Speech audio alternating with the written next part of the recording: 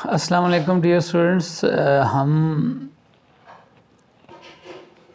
कर रहे थे कि what is divisor, what is a proper divisor, what is improper divisor, और फिर हम कर रहे थे what are associates and what is irreducible and what is prime.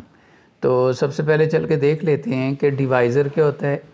तो डिवाइज़र वो नंबर होता है जो डिवाइड करता है। बी डिवाइड्स ए, बी डिवाइड्स ए का मतलब ये है कि ए डिवाइड बाय बी, मतलब बी डिवाइज़र है किसका, ए का। और ये तब डिवाइज़र होगा जब ये आंसर दे देगा। तो डिवाइज़र हम नेचुरल नंबर के हिसाब से डिवाइज़र लें तो एक नंबर के जो डिवाइज़र होते हैं वो कितने होते हैं, हमेशा दो डिवाइज़र होते हैं। नेचुरल डिवाइज़र तो होते हैं, और जिसमें से एक डिवाइज़र 1 होता है और एक डिवाइज़र वो नंबर खुद होता है। तो बाकी डिवाइज़र जो डिवाइज़र होते हैं इनको प्रॉपर डिवाइज़र कहते, इम्प्रॉपर डिवाइज़र कहते हैं। और बाकी इसके अलावा जो डिवाइज़र होंगे ये सारे डिवाइज़र इम्प्रॉपर होंगे। तो प्रॉपर डिवाइज़र की हम डेफिनीशन कर लेते हैं। What is a proper divisor? Number 1 B divides A but B is not unit. B divide करे ए के साथ, बी ए को डिवाइड करे लेकिन बी यूनिट ना हो, ठीक है। और दूसरी डेफिनीशन ये ज़्यादा अच्छी है, क्या? B divides A then A is equal to B C, then B and C are not unit.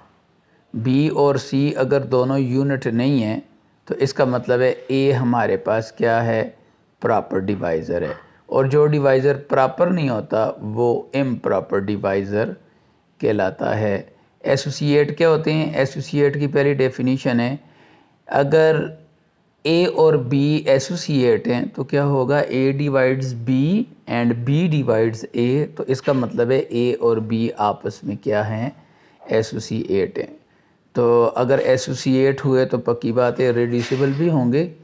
तो ये आगे चल के हम पढ़ेंगे कि रिड्यूसिबल क्या है।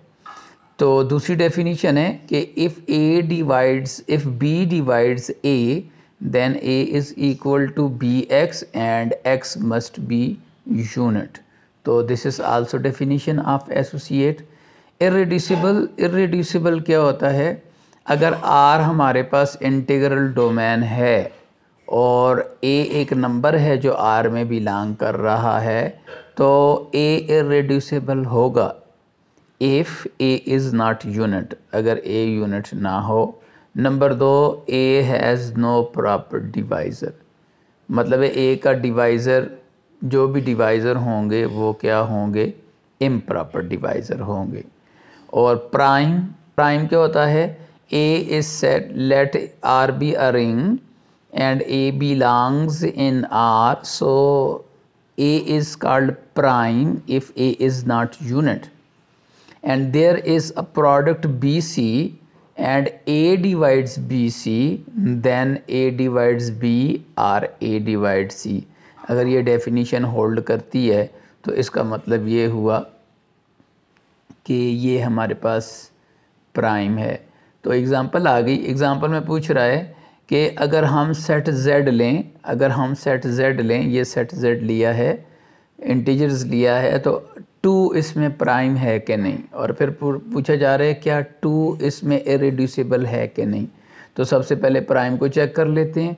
तो प्राइम को चेक करने के लिए हम सबसे पहले देखेंगे कि 2 यूनिट है कि नहीं। अगर 2 यूनिट नहीं होगा तो इसका मतलब है तब हम दूसरी कंडीशन की पर जाएंगे। तो मैं थोड़ी देर के लिए फ़र्ज़ करता हूँ, मुझे पता है Z में यूनिट हमेशा 1 और -1 होते हैं। तो मैं थोड़ी देर के लिए फ़र्ज़ करता हूँ कि 2 यूनिट है। लिखो 2 is not unit in Z। तो अगर थोड़ी देर के लिए फ़र्ज़ करें 2 यूनिट है तो क्या होगा, यूनिट की डेफिनीशन क्या है, 2 multiply x must be equal to 2 multiply x must be equal to 1। What is value of x? x is equal to 1/2। मतलब है अगर x 1/2 हो तो तब 2 यूनिट हो सकता है, लेकिन 1/2 तो z में बिलोंग नहीं करता। तो इससे ये बात साबित हुई कि 2 इज़ नॉट यूनिट। ये हमें पता चल गया, कंडीशन नंबर 1 होल्ड कर गई कि 2 यूनिट हमारे पास नहीं है। अब हम देखते हैं a is equal to 2, b is equal to 6 and c is equal to 3। अब ये हमारे पास 3 नंबर हैं a, b, c, और b और c का प्रोडक्ट 18 है। तो हर प्रोडक्ट 2 क्या करे, हर प्रोडक्ट को होल्ड करे। ये नहीं है कि सिर्फ 18 को होल्ड करे, 6 को भी होल्ड करे, इनके और भी 2 के, इन दो बी और सी के जितने पॉसिबल प्रोडक्ट हैं जो 2 के साथ डिवाइड होते हैं, तो ये सारे होल्ड करेंगे तब प्राइम होगा। तो मैंने देखा कि अगर मैंने एग्जांपल के तौर पर 2 नंबर लिए बी और सी, तो इनको आपस में मल्टीप्लाई किया तो b divides a divides bc because 2 divides 18, because 18 divide by 2 is equal to 9, so it divides. तो अब हमने चेक करना है कि is a divides b or a divides c, इन दोनों में से कोई एक डिवाइड करे। तो मैंने चेक किया, a का मतलब है ये a और b की वैल्यू पुट की, इधर भी a और b की वैल्यू पुट की, तो यहाँ से पता चला कि 2 डज़ नॉट डिवाइड्स 3 और एंड 2 डिवाइड 6, ये डिवाइड करता है। तो इसमें से एक हमारी प्रॉपर्टी ट्रू हो गई है।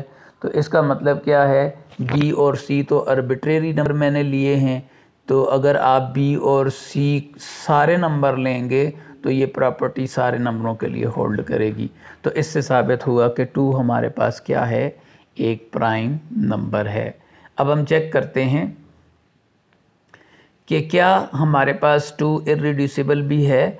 तो इरेड्यूसिबल के लिए 2 प्रॉपर्टीज़ हैं। इरेड्यूसिबल की पहली प्रॉपर्टी ये है कि z r हमारे पास इंटीग्रल डोमेन हो, तो हमें पता है z जो सेट होता है वो हमेशा इंटीग्रल डोमेन होता है। ओके, नंबर 2 प्रॉपर्टी क्या है, a इज़ नॉट यूनिट। तो ये अभी हमने थोड़ी देर पहले ही प्रूव किया है कि 2 यूनिट नहीं है, 2 यूनिट नहीं है। उसके बाद हमने देखना है कि इसके जितने भी डिवाइज़र हैं वो सारे क्या हैं, इम्प्रॉपर डिवाइज़र हैं। तो चेक करते हैं डिवाइज़र ऑफ 2 कितने हैं, 1 और 2 इसके इम्प्रॉपर डिवाइज़र हैं बोथ, क्योंकि ये 1 और 2 दोनों जो हैं वो इम्प्रॉपर डिवाइज़र हैं। तो कैसे इम्प्रॉपर डिवाइज़र हैं, तो 2 को हम लिख सकते हैं 1 मल्टीप्लाई 2 और 2 मल्टीप्लाई 1। तो यहाँ से देखें ये वाला नंबर क्या है, यूनिट है, और ये वाला नंबर भी यूनिट है, और 2 और 2 हमारे पास यूनिट नहीं है। तो इम्प्रॉपर डिवाइज़र में लिखा हुआ था दोनों यूनिट। ये प्रॉपर डिवाइज़र में क्या था कि दोनों यूनिट ना हो। तो इम्प्रॉपर डिवाइज़र का क्या मतलब है कि ये प्रॉपर डिवाइज़र नहीं है, क्योंकि दोनों यूनिट नहीं है, 2 यूनिट नहीं है लेकिन 1 यूनिट है। तो इसका मतलब है this is not proper divisor. If divisor is not proper then it is called improper.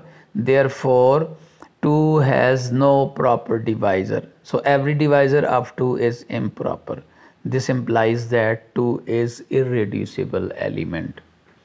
तो ये हमने यहाँ से ये डिसीजन लिया कि a अगर प्राइम हो तो a इरेड्यूसिबल होगा, और अगर a इरेड्यूसिबल हो तो a प्राइम होगा सिर्फ सेट z के लिए, और दूसरे सेट्स के लिए ये डेफिनेशन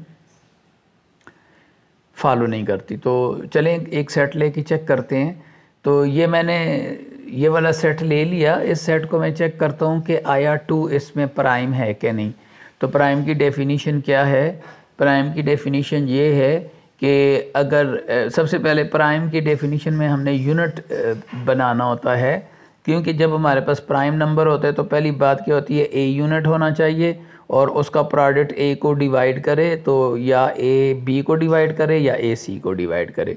तो सबसे पहले चेक करते हैं 2 यूनिट है कि नहीं है। तो फ़र्ज़ किया वहाँ पे एक नंबर x एग्जिस्ट करता है, तो according to definition of unit 2 multiply x is equal to 1 divide by 2, so 2 is equal to a plus B iota is equal to 1, so 2a is equal to 2 multiply कर दिया, this is equal to 1 plus 0 iota, so 2a is equal to 1 and 2b is equal to 0, comparing equating real and imaginary parts. A is equal to 1 by 2, b is equal to 0, but a does not belong in z, therefore 2 is not unit. Because अगर यहाँ पे a आ जाता, ऐसा number जो z में belong कर जाता, तो ये भी z में बिलोंग कर जाता, तो 2 हमारे पास फिर क्या होता, यूनिट होता। लेकिन a हमारे पास ऐसा नंबर आया है जो z में बिलोंग नहीं कर रहा, तो इसका मतलब है 2 यूनिट नहीं है। अब हम प्राइम नंबर के लिए दूसरी डेफिनेशन की पर जाते हैं कि 2 नंबर ढूंढें जिनके ज़रब पे a डिवाइड करे उनके ज़रब को। तो मैंने 2 नंबर ढूंढे, एक को मैंने लिखा 1 प्लस आयोटा और एक को मैंने लिखा 1 माइनस आयोटा, इन दोनों को ज़रब दिया तो आंसर 2 आता है।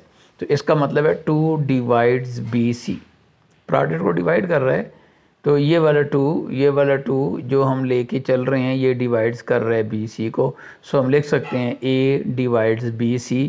तो दूसरी प्रॉपर्टी फिर होल्ड करनी चाहिए, क्या, या A डिवाइड करे B को या A डिवाइड करे C को। तो आए अब हम एक एक करके चेक करते हैं कि आया 2 डिवाइड करता है 1 प्लस आयोटा को या 2 डिवाइड करता है 1 प्लस आयोटा को और 1 माइनस आयोटा को। तो पहले हम ज़रा इस नंबर को चेक कर लेते हैं, 1 minus iota divide by 2 is equal to a plus 2 iota, so 1 minus iota is equal to 2a plus 2b iota, so a is equal to 2, b is equal to minus 1, so a is equal to 1 divided by 2, b is equal to minus 1 divided by 2, a and b does not belongs in z, therefore 2 does not divides 1 plus 1 minus iota.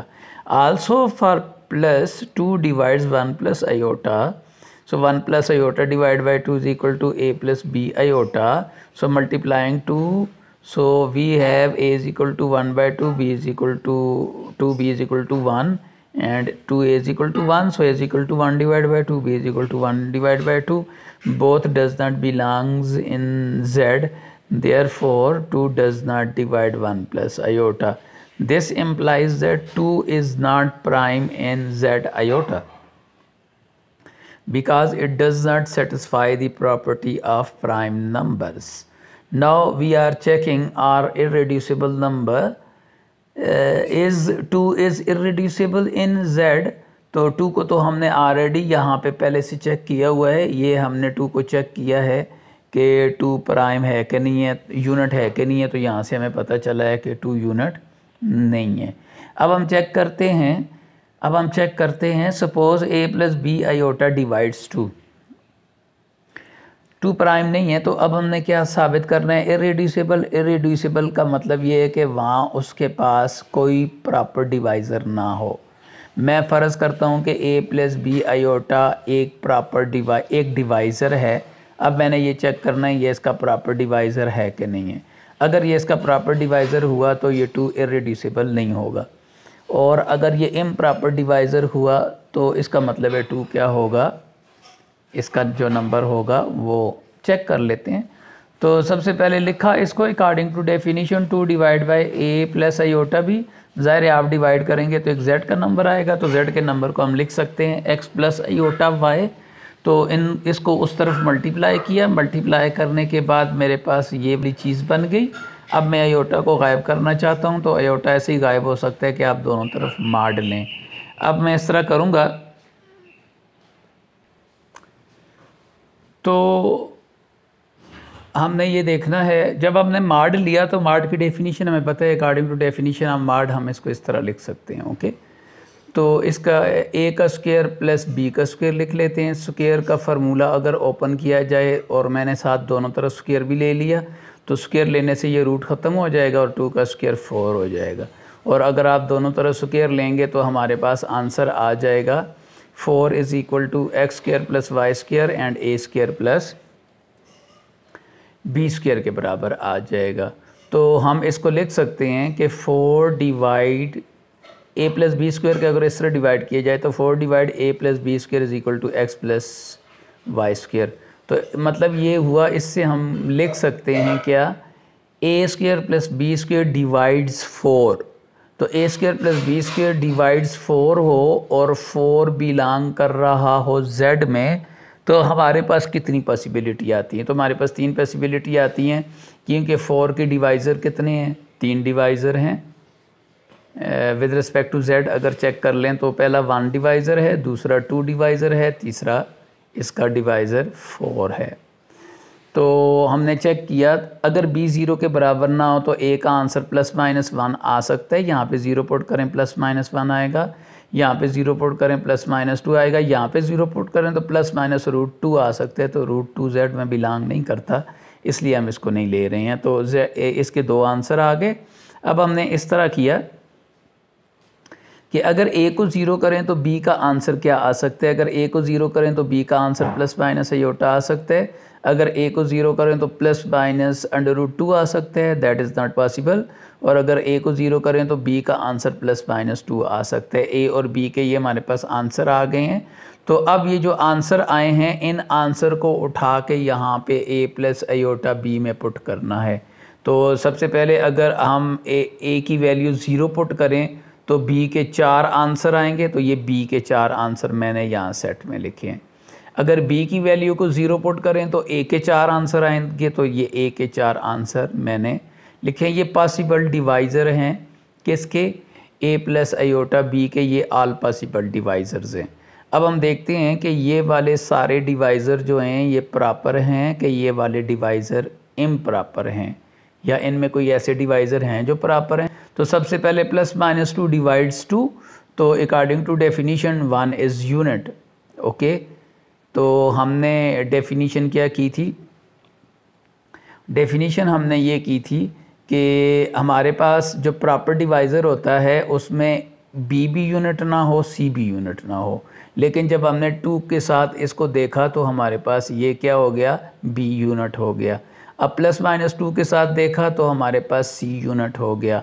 फिर हमने +-i के साथ देखा तो +-i unit है, because we know in set zi there are 4 units, +1, -1, +i and -i। तो फिर हमने यहाँ पे चेक किया तो यहाँ पे हमारे पास फिर i आ रहा है। इसका मतलब है कि एक नंबर तो यूनिट नहीं होता, लेकिन दूसरा नंबर हर दफ़ा यूनिट आ जाता है। तो इसका मतलब है ये जितने भी ऑल पॉसिबल डिवाइज़र ये फाइंड किए गए हैं, ये सारे के सारे डिवाइज़र हमारे पास क्या हैं? ये इम्प्रॉपर डिवाइज़र हैं। तो क्या मतलब हुआ? 2 हैज़ नो प्रॉपर डिवाइज़र। अगर 2 का कोई प्रॉपर डिवाइज़र नहीं है, ये तो हमारी इरेड्यूसिबल कंडीशन को सेटिस्फाई कर रहा है। इसका मतलब है 2 इरेड्यूसिबल है। या यहाँ से हमने एक डिसीजन ये लिया कि अगर सेट Z हो तो हम क्या करते हैं? प्राइम नंबर इम्प्लाइज करता है इरेड्यूसिबल को और इरेड्यूसिबल प्राइम नंबर को इम्प्लाइज करता है। लेकिन अगर सेट Z के अलावा हो तो फिर prime number does not implies irreducible. Okay, तो ये बात अब हमने प्रूफ ये बात समझ ली कि ये कैसे पॉसिबल होता है। अब हम इसका थ्योरम कर लेते हैं। अगर R इंटीग्रल डोमेन हो तो A अगर प्राइम हुआ तो A इरेड्यूसिबल भी होगा। इसकी कंडीशन क्या है कि A इंटीग्रल डोमेन हो। अगर A इंटीग्रल डोमेन होगा तो तब प्राइम नंबर जो प्राइम नंबर होगा, हाँ, A जो प्राइम नंबर होगा वो इरेड्यूसिबल भी होगा। तो सबसे पहले हम फ़र्ज़ कर लेते हैं B और C आपस में बराबर हैं। B और C बराबर हैं तो इक्वेशन 1 से हम लिख सकते हैं, B को इस तरफ डिवाइड करेंगे तो क्या हो जाएगा? B divide by A divide by B is equal to C। और अगर C को डिवाइड करें तो क्या हो जाएगा? A divide by C is equal to B। तो अगर आप इसको डिवाइज़र की शक्ल में लिखें तो क्या हो जाएगा? B डिवाइड्स A, और इसको लिखेंगे तो C डिवाइड्स B। दोबारा इक्वेशन नंबर 1 के पास अगर आप जाते हैं तो इक्वेशन नंबर 1 को आप इस तरह भी लिख सकते हैं, बी सी इधर ही रहे, ए को डिवाइड कर दें तो B C divides A is equal to 1। तो अगर आप इसको लिख लें डिवाइड्स की शक्ल में तो ए डिवाइड्स बी सी, लेकिन थ्योरम में क्या कहा गया है कि ए प्राइम है। अगर ए प्राइम होगा तो पहली बात है ए यूनिट नहीं होगा, और ए हमने यूनिट ऐसा नंबर लिया है जो यूनिट नहीं है, नंबर 1। नंबर 2, हमने ये कहा है कि अगर ए डिवाइड्स करे बी सी को, जिस तरह यहाँ पे ए ने डिवाइड किया बी सी को, तो पक्की बात है ए डिवाइड करेगा बी को और ए डिवाइड करेगा सी को। तो प्राइम नंबर की डेफिनेशन के मुताबिक ए डिवाइड्स बी और ए डिवाइड सी। अब आप यहाँ से देखें ए डिवाइड्स बी कर रहे हो और यहाँ से देखें बी डिवाइड्स ए कर रहे हैं। इसका मतलब है ये दोनों आपस में क्या हैं, एसोसिएट हैं, और ये दोनों भी आपस में क्या हैं, एसोसिएट हैं। लिहाजा A and B are, A and C are associate. अगर एसोसिएट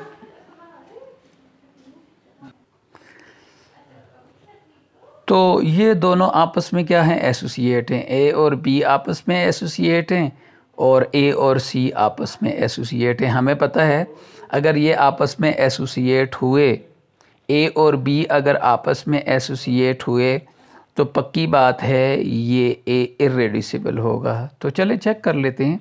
तो अब हमें पता चल गया है कि ये एसोसिएट है। अगर ए और बी एसोसिएट है तो हम इसको लिख सकते हैं B divide by A is equal to X, क्योंकि दोनों एसोसिएट हैं। अगर दोनों एसोसिएट हैं तो आप ए बी डिवाइड्स ए भी लिख सकते हैं और ए डिवाइड्स बी भी लिख सकते हैं। तो हमने ए डिवाइड्स बी पहले से लिखा हुआ है, ये ए बी डिवाइड्स ए हमने पहले से लिखा हुआ है। तो इस दफ़ा हम ले रहे हैं कौन सा नंबर, ए डिवाइड्स बी। तो ए डिवाइड्स बी को हम अगर डिवाइड की शक्ल में लिखें तो B divide by A is equal to X, और अगर ए को इस तरफ ले जाएं तो ए एक्स। अब बी की वैल्यू उठा के इक्वेशन नंबर 1 में हमने पुट की। So A is equal to A X is equal to A X into C. तो इसको इस तरफ ले आए तो क्या हो गया, ए कामन हो गया, लेकिन ए तो हमारे पास एक ऐसा नंबर है जो यूनिट नहीं है। तो इसका मतलब है ए तो ज़ीरो भी नहीं होगा। तो अगर ए ज़ीरो के बराबर नहीं है तो, लेकिन ये आर तो इंटीग्रल डोमेन है। इंटीग्रल डोमेन कहती है या तो एक नंबर ज़ीरो होगा या दूसरा नंबर ज़ीरो होगा। तो ए ज़ीरो नहीं है, तो अकॉर्डिंग टू इंटीग्रल डोमेन ये वाला नंबर पक्की बात है ज़ीरो के बराबर होगा। अगर ये वाला नंबर ज़ीरो के बराबर है, हाँ अगर ये वाला नंबर ज़ीरो के बराबर है तो ये हो जाएगा X C is equal to 1। This implies that C is unit. तो अब हमने देखा A is equal to B C था, बी यूनिट नहीं है लेकिन सी हमारे पास क्या है, यूनिट है। ये तो वायलेट कर रहे हैं हमारी प्रॉपर की कंडीशन को, क्योंकि प्रॉपर डिवाइज़र कहता है कि बी भी यूनिट होना चाहिए और सी भी, बी भी यूनिट नहीं होना चाहिए और सी भी यूनिट नहीं होना चाहिए। बी तो यूनिट नहीं है लेकिन सी यूनिट है। तो ये बात हमें ये बता रहा है कि ये वायलेट कर रहा है प्रॉपर डिवाइज़र को। तो प्रॉपर डिवाइज़र, इसका प्रॉपर डिवाइज़र कोई नहीं है। अगर प्रॉपर डिवाइज़र नहीं है तो पक्की बात है इम्प्रॉपर डिवाइज़र है। This implies that A has no proper divisor. अगर ए का प्रॉपर डिवाइज़र नहीं है तो ये तो दोनों प्रॉपर्टी हो गई रिड्यूसिबल की। क्या ए क्या है, नॉट यूनिट, और A has no proper divisor. This implies that A is irreducible. और यहाँ से हमने ये फ़ैसला किया कि अगर आर इंटीग्रल डोमेन हो और ए प्राइम हो तो पक्की बात है ए इरिड्यूसिबल होगा। लेकिन इसका कन्वर्स ट्रू नहीं है। कन्वर्स क्यों नहीं ट्रू है, क्योंकि अगर ए इरिड्यूसिबल हुआ तो ज़रूरी नहीं है ए प्राइम हो। तो ये हमने थोड़ी देर पहले ये एग्ज़ाम्पल की, ये वाली एग्ज़ाम्पल की। इस एग्ज़ाम्पल में हमने देखा, यहाँ से शुरू की थी, हाँ यहाँ से। इस एग्ज़ाम्पल में हमने देखा कि कोई सेट ले लिया, रिंग ले लिया, तो इस रिंग में 2 क्या था, प्राइम नहीं था। लेकिन जब मैंने इसको चेक किया तो मुझे पता चला कि 2 क्या है, इरिड्यूसिबल है। तो इसका मतलब है अगर आप लोग इसके कन्वर्स को देखें तो इसका कन्वर्स क्या बताता है, इसका कन्वर्स ये बताता है, क्योंकि कन्वर्स के लिए हमने काउंटर एग्जांपल करनी होती है। तो कन्वर्स ये बताता है अगर इरिड्यूसिबल हो कोई नंबर तो ज़रूरी नहीं है वो प्राइम भी हो। जिस तरह पिछली एग्जांपल में हमने किया कि 2 is irreducible in ZI but it is not prime in ZI। तो अब हम GCD देखते हैं। GCD फाइंड कैसे करते हैं? 4 और 8 का GCD अगर GCD कहते हैं highest common greatest common divisor को। तो 4 और 8 का GCD 4 के बराबर आता है, डिवाइड करके चेक किया। 4 और 6 का, तो पहले 4 को 6 से डिवाइड किया, आंसर 2 आया। 4 को इधर लाए, फिर डिवाइड किया तो आंसर 2 आ गया। So this is equal to 2 and this is equal to 3, this is equal to 2। But GCD of 2 number में नॉट ऑलवेज एग्जिस्ट। ज़रूरी नहीं है कि GCD सारे नंबरों का एग्जिस्ट करे। ज़रूरी नहीं है कि हर नंबर का GCD क्या करे, एग्जिस्ट करे। हर नंबर का ज़रूरी नहीं है GCD एग्जिस्ट करे। कैसे? तो सबसे पहले डेफिनेशन कर लेते हैं। What is greatest common divisor? Let R is integral domain. Greatest common divisor होने के लिए ज़रूरी है कि R हमारे पास इंटीग्रल डोमेन हो और A B दो नंबर हों और उन दोनों का ग्रेटेस्ट कॉमन डिवाइज़र एक नंबर होगा। ज़ाहिर दो नंबरों को डिवाइड करेगा। जिस तरह यहाँ पे मैंने 2 नंबर लेके डिवाइड किया तो एक नंबर आ गया 4। तो 2 नंबरों का जो कॉमन डिवाइज़र होगा वो ज़ाहिर एक नंबर होगा D is the greatest common divisor of AB। तो इसके बाद हमारे पास कंडीशन है, क्या करे? D डिवाइड्स करे A को। D ये जो आंसर आया है A को भी डिवाइड करे, ये D जो आंसर आया है ये B को भी डिवाइड करे।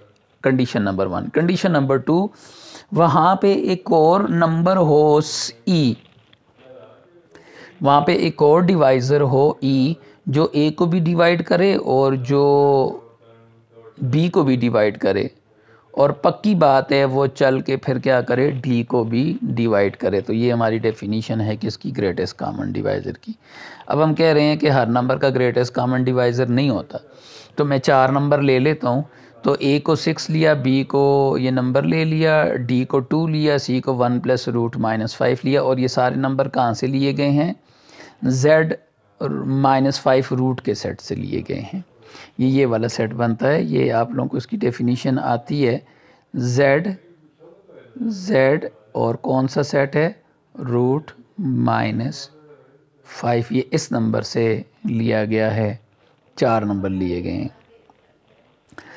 तो चेक करते हैं common divisor of AB।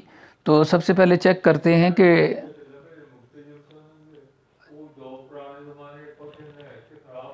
D and C are common divisor of AB।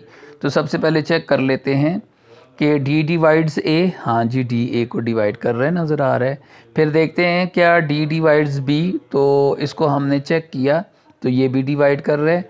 फिर हमने चेक किया E डिवाइड्स A, क्या E डिवाइड्स कर रहा है? तो इसका कंजुगेट लिया, कंजुगेट लेने के बाद सिंप्लीफाई किया तो पता चल रहा है डिवाइड कर रहा है। फिर क्या E डिवाइड्स B कर रहा है? तो E डिवाइड्स B के लिए भी कंजुगेट लिया, सिंप्लीफाई किया तो ये भी डिवाइड कर रहा है। तो हमारी ग्रेटेस्ट कॉमन डिवाइज़र की पहली 4 ऑप्शंस ट्रू हो गई हैं। अब आखिरी एक ऑप्शन बच के ये कि E डिवाइड्स करे D को। अगर E डिवाइड्स D को करने में कामयाब हो गया तो इसका मतलब है कि A और B के जो common highest greatest common divisor है वो D है। तो मैंने डिवाइड किया E डिवाइड्स D। तो E डिवाइड्स D डिवाइड की शक्ल में लिखा 2 / 1 + √5। इसके कंजुगेट से मल्टीप्लाई डिवाइड किया तो दिस इज़ इक्वल टू ये नंबर आ गया। तो ये नंबर पूरा डिवाइड नहीं कर रहा। तो इससे ये बात हमें पता चली कि ज़रूरी नहीं है कि हर नंबर का ग्रेटेस्ट कॉमन डिवाइज़र एग्जिस्ट करे। ऐसा भी हो सकता है कि हर नंबर का ग्रेटेस्ट कॉमन डिवाइज़र एग्जिस्ट 2 नंबरों का ना एग्जिस्ट करे। जिस तरह मैंने अभी आप लोगों को बताया, 2 नंबर लिए और उनके डिवाइज़र लिखे, डिवाइज़रों को चेक किया तो मुझे पता चला कि हर नंबर का ग्रेटेस्ट कॉमन डिवाइज़र एग्जिस्ट नहीं कर सकता। थैंक यू, अल्लाह हाफिज़। नेक्स्ट वीडियो का इंतज़ार करें, वो मैं कुछ देर में अपलोड कर दूँगा।